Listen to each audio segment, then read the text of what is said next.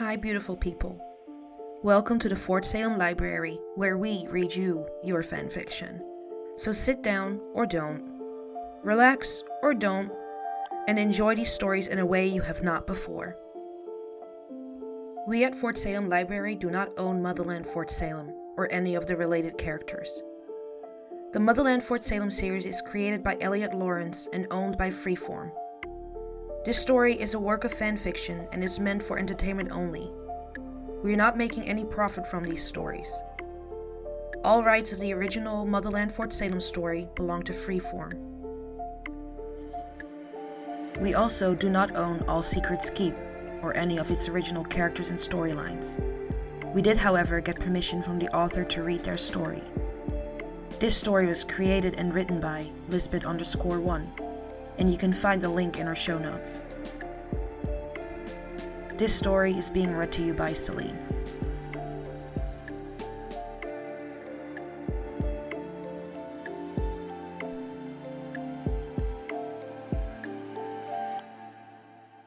All Secrets Keep, Chapter 17.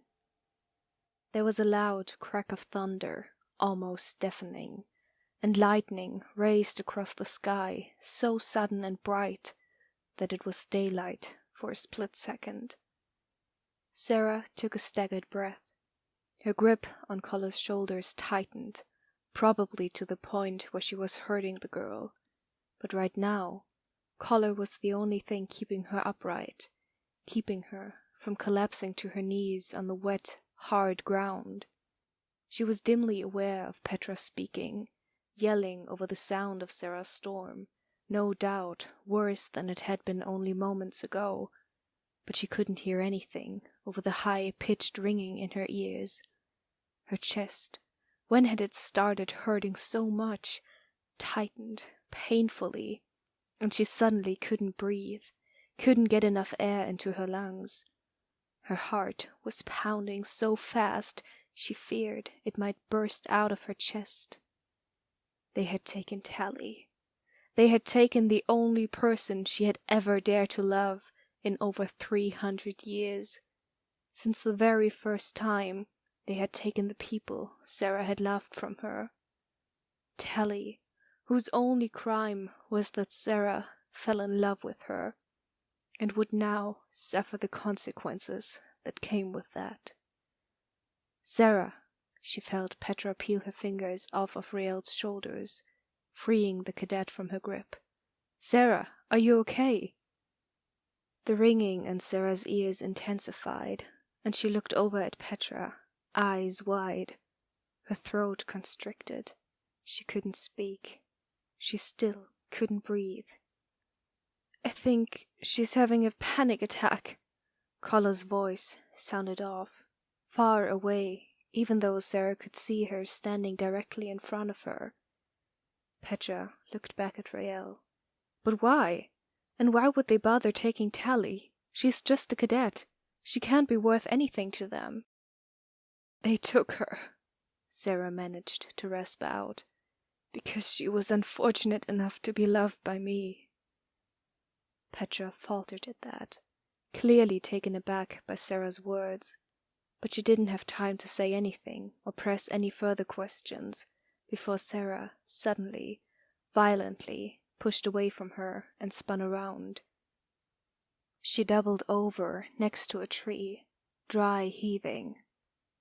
There was nothing in her stomach, but that didn't stop her body from revolting against her, from making her gag on nothing, like she was choking on her emotions themselves.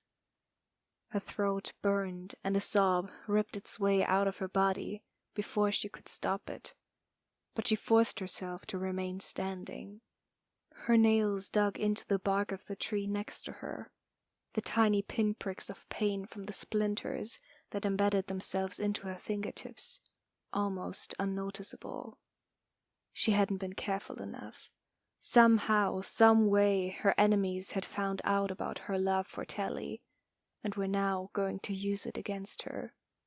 Once again, Tally Craven would suffer because of Sarah's mistakes. There was a hand on her back, an almost imperceptible touch, and Sarah looked up. still gasping for breath. Rael was standing next to her. "I know you're scared." Sarah could feel Rael's hand shaking on her back. "But we have to stay strong. Otherwise we'll never get her back." Rael's voice cracked as she finished her sentence. "And Sarah, I need my sister back." Sarah took in a long, ragged breath, her lungs burning with the effort, and she forced herself to stand up straight, ignoring the way her vision swam slightly. "We're going to get her back, Collar. That's a promise." Rael swayed suddenly, the adrenaline wearing off only to be replaced by exhaustion and the pain from her wounds. Petra was there before Sarah could even move, steadying Rael. "You need to go to the infirmary." "No," Rael protested, trying to push away from Petra, but her eyes glazed over as she did, and she swayed again. "I need to help find Tally." "Rael, you're in no condition to help your sister." Petra's grip was firm on Rael, who was still struggling against her. "No!" Rael shouted louder. "I need to help find her. I need to—" A whisper of a seed was passed through Petra's mouth, and she ran her thumb over Rael's forehead. Rael instantly went limp in her arms, asleep. Petra lifted her effortlessly, turning to the 2 remaining strike team members that had been assigned to Sarah. "Please, take Cadet Collar to the infirmary and see that she gets fixed. Let me know as soon as she wakes up." "Yes, ma'am." The nearest strike team member stepped forward, taking the sleeping Rael from Petra's arms. "And find my daughter!" Petra yelled at them as they turned to go. Petra turned back to Sarah. There were so many questions that she needed answered, so many questions that she wasn't sure she wanted answered, but none of that mattered right now. The only thing that mattered was the absolutely broken woman in front of her, and the one thing that Petra could do in order to fix her. "Sarah," she sounded more sure of herself than she actually was, "we're going to get her back." Sarah just nodded, eyes closed, breathing still irregular. "Go," she said, voice shaking. "I just need a moment more." Petra nodded. "We'll be in the war room." She quickly spun on her heel and took off, leaving Sarah beneath a tree, alone. Petra disappeared around the corner, and all the strength seemed to leave Sarah's body at once. She sank to the ground, back against the tree, and let out another sob. It was her fault that Tally was taken. It was Sarah's love that had put a target on her back. Sarah's love that would possibly get Tally killed. Sarah hated herself for it. The grounds of Fort Salem shook as Sarah threw her head back against the tree and screamed. A sudden splash of cold water had Tally jerking awake with a gasp. She instinctively reeled back, confused, only to find herself trapped, unable to move. Bindings dug painfully into her feet, which were tied to the legs of a metal armchair that she sat in, her arms twisted behind her and hands tied together. A metal collar set around her neck, and she recognized it as one that neutralized work, effectively rendering her helpless. "There, she's awake." A gruff voice had Tally's head jerking up. Panic began to set in as Tally's memories came flooding back to her. There had been so many of them. They had barged into the Segmet dorms before everyone had been fully awake. There had been yelling, a few wind strikes were thrown, but then there was a loud bang and a flash. Everyone had been blinded, stunned, and unable to move. The last thing Tally remembered was the sound of her sisters screaming her name as she was dragged away. A shiver ripped through Tally. She was still in her sleepwear, now soaked, and it was cold in the room, and she looked around the room wild-eyed. There were 2 Camarilla agents in the room with her, one of them, large and bulky, holding a now empty bucket. He took a step back, allowing the other man to walk forward. This one, tall and thin. He smiled at Tally, and she couldn't stop the shiver from going down her spine at the sight. The room was mostly empty, except for a table in the corner, adorned with what Tally could only assume were various instruments meant to torture her. But what concerned Tally the most was the large scribeboard that was hanging on the wall facing her. "Hello, Tally Craven." The thin man stepped in front of her, sneering. How do you know my name?" Tally couldn't help herself from asking. The man's sneer turned into a sinister smile. "Oh, we know a lot about you, Tally Craven." He started to slowly walk closer to Tally, putting his hands behind his back. "We took it upon ourselves to find out everything about you these past few days.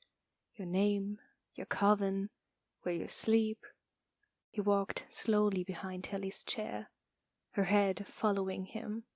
She didn't want to let him out of her sight. "It didn't take long for us to figure out when it would be best to take you. It was almost too easy. Everyone was so concerned with protecting General Alder. They never even stopped to consider the fact that we would be there for a different target." He had circled Tally's chair by now, stopping in front of her. "But why did you take me?" Tally was unable to keep the shiver out of her voice, both from fear and the cold. Her whole body was covered in goosebumps, shaking. The man cocked his head at her. "Isn't it obvious? You are important to Sarah Alder." Tally's mouth went dry. "And we are going to use you to get to her." The man snapped his fingers, and the agent holding the bucket set it down, walking over to stand next to him. Tally leaned back in the chair as far as she could. "Relax, Miss Craven," the thin man said in a condescending tone. "We aren't going to torture you." Tally swallowed, not believing him. "You aren't?" "No." He took a step back, motioning to Tally. "But I'm afraid we do need to rough you up a little bit." Tally didn't even have time to process his words before the larger man stepped forward. There was a blinding pain on her cheek, like when M had punched her, only so much worse, and her head snapped to the side with a sickening crack. She let out a cry of pain, and she felt a hand grab her hair, yanking her head back so she was looking forward again. She was punched again, almost immediately, this one landing right on her mouth. She felt her upper lip split open against her teeth, and the coppery taste of blood filled her mouth as her head reeled backwards. She choked back a sob. The larger man stepped away, and Tally doubled over, spitting blood onto the floor. She could feel blood dripping down her face from where her lip was busted. Her vision was blurred with tears, and she looked up again, bracing herself for the next hit. But it never came. Her assailant had stepped back, standing next to the man who seemed to be in charge. He had an impassive look on his face, like he hadn't just been hitting Tally harder than she had ever been hit before. "Good," the man who had given the order grinned. "Now, let's get started." "It's been 3 hours. This is getting us nowhere." Sarah tried to sound angry, but she couldn't hold back the desperation that seeped into her voice. "What else would you have me do, Sarah?" Petra sounded exasperated. "They left no trace. They left no demands. They left us nothing. Until we have more information, there is nothing we can do except send teams out to look for her." Sarah's hair had long since left its braid, and she raked her hand through it in frustration for about the 5th time in as many minutes. That will take too long.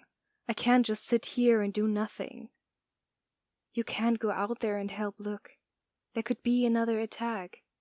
Anacostia, ever the voice of reason, stepped in quietly. Tally would want you to keep yourself safe. A sudden crackle from behind the woman had them all turning, including Isadora, who had been relatively silent this whole time. What the hell? Petra stepped forward. The scryboard was sparking to life on its own, the fog clearing from the screen, and there were several scattered gasps throughout the room as the image on the screen came into focus. It was Tally, bound to a chair, shivering and bruised.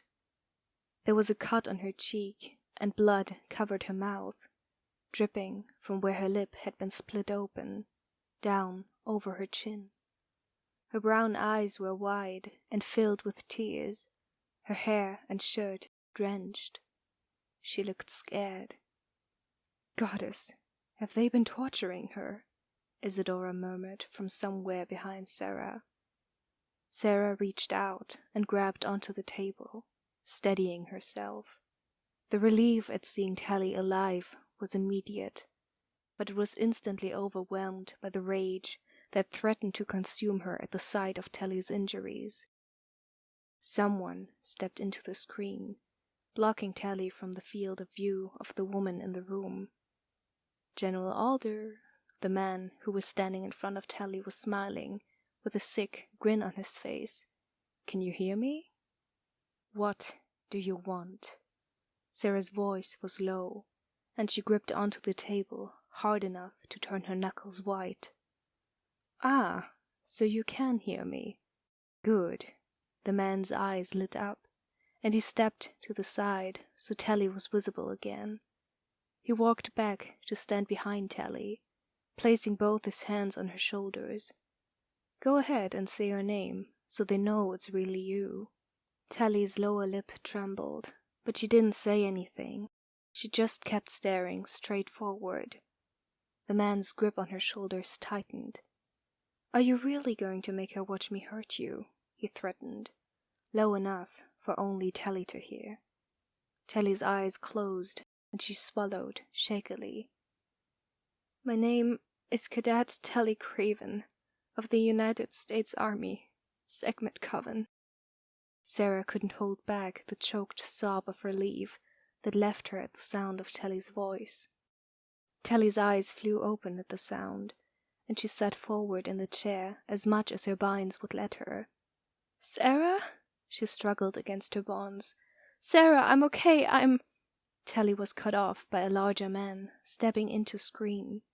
In his hands he held something that Sarah didn't recognize at first, but when she did, it had her stepping away from the table, blood boiling with rage as she watched Tally get muzzled. "What do you want with her? She is innocent," Sarah hissed. The man who was standing behind Tally suddenly let go of her shoulders, stalking forward so he was standing closer to the scry, but off to the side so Tally was still visible.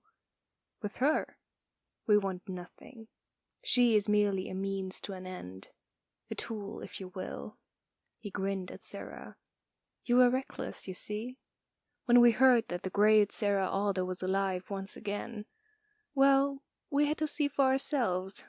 We wanted to make sure it wasn't a trick, that it was really you. So we watched Fort Salem, watched Salem town." He pointed at Tally, not looking away from the screen. "We watched this one run down the streets of Salem in broad daylight and throw herself into your arms. We watched you let her. We saw the way you looked at her, and we knew she was the key. We would never be able to get close enough to kill you again, but getting to this one would be easy. No one would think that we would storm the gates of Fort Salem for a single cadet. Not even you." The man let out a dry laugh. "You were so preoccupied with protecting yourself that you didn't bother to protect her." Tally let out a muffled, angry cry as she stared at the man taunting Sarah, thrashing against her bonds. You can't kill me, so you're going to kill her instead. Sarah clasped her hands behind her back to hide how badly they were shaking, but she couldn't keep the shakiness from her voice. No, we do not want to kill Telly Craven, the man said simply. Telly's eyes went wide behind him, and Sarah frowned. Then why did you take her, if not to kill her? She bit out. Telly Craven will live, General Alder, if, and only if, you turn yourself over to us. Telly froze in her seat, eyes darting back and forth between Sarah on the screen and her captor. Sarah was frozen as well, eyes locked with the man who was staring at her. What? His grin grew. Trade your life for hers. You go back to being dead, like you're meant to be, and Telly Craven will live. There is an abandoned warehouse off of Route 64, 15 miles south of Boston. You will meet us there, alone, in 12 hours. His smile suddenly disappeared, his face hardening. If you bring anyone else with you, Telly Craven dies. If you show up and try to fight or resist in any way, Telly Craven dies. If you show up even 1 minute late, Telly Craven dies. He was shouting as he ended his sentence, spit flying with the force of his words. Let's see just how deep General Alder's love runs, shall we? The screen went blank. The war room was silent for several moments, until Petra spoke up. Okay, we need to. I will do it. Sarah's voice stunned all the women in the room, and they all turned to look at her with varying degrees of shock on their face. What? Anacostia was the only one to speak. I will do it, Sarah repeated, much quieter this time.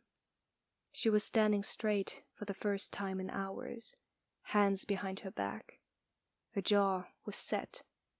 Sarah, Petra said slowly, you cannot possibly be considering. I am, Sarah snapped. She took a step forward, determined blue eyes locked onto Petra's. Too many witches have sacrificed themselves for me over the years, all so that I could live. I will not allow Telly Craven to add her name to that list. Not again. I love her too much to let her do that. I was already dead once, Petra, and the world was just fine without me. It will be fine if I am dead once again.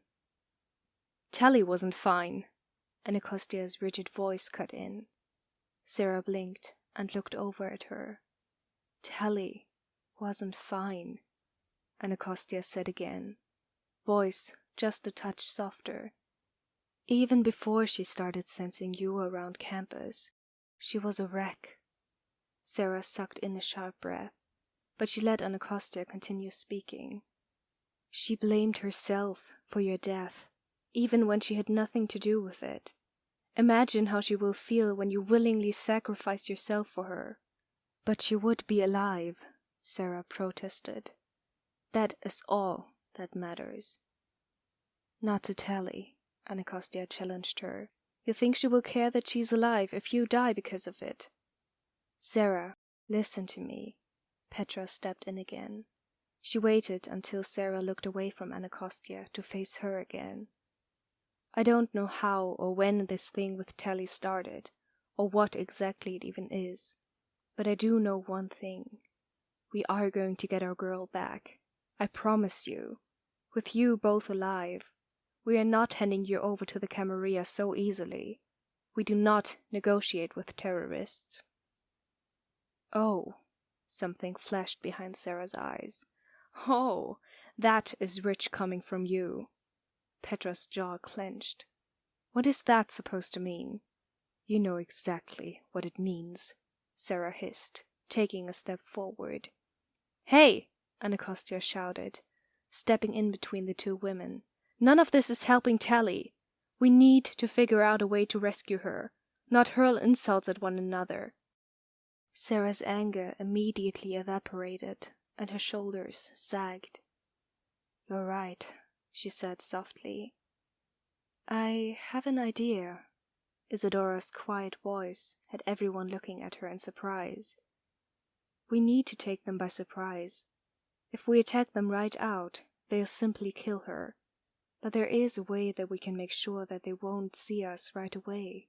She turned, catching Sarah's gaze. "The invisibility working. You can use it to render others invisible as well, yes?" Sarah nodded. "Yes." "Multiple others? Could you make an entire strike team invisible?"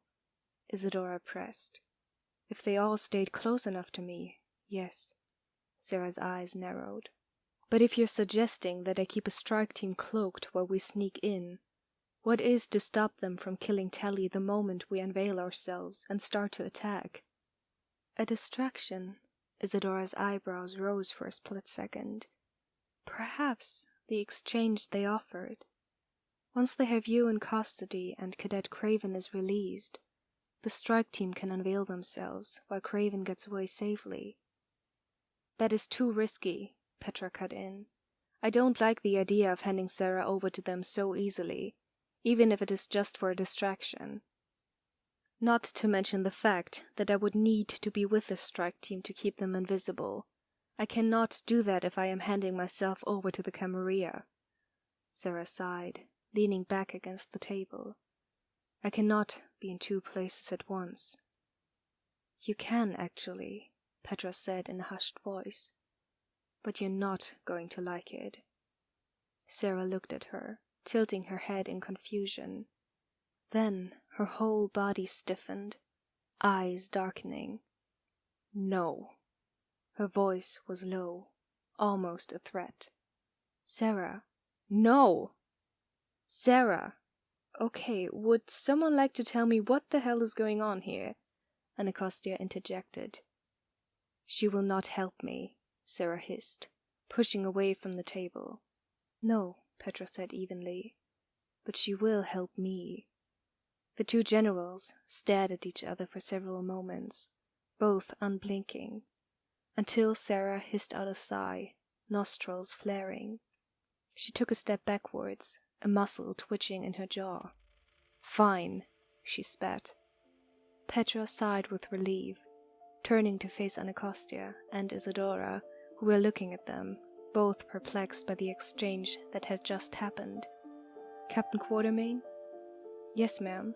Anacostia's eyes were flicking back and forth between her and Sarah. "Go to the infirmary, the general's private room. Tell Nick de Batan that I need her help once again."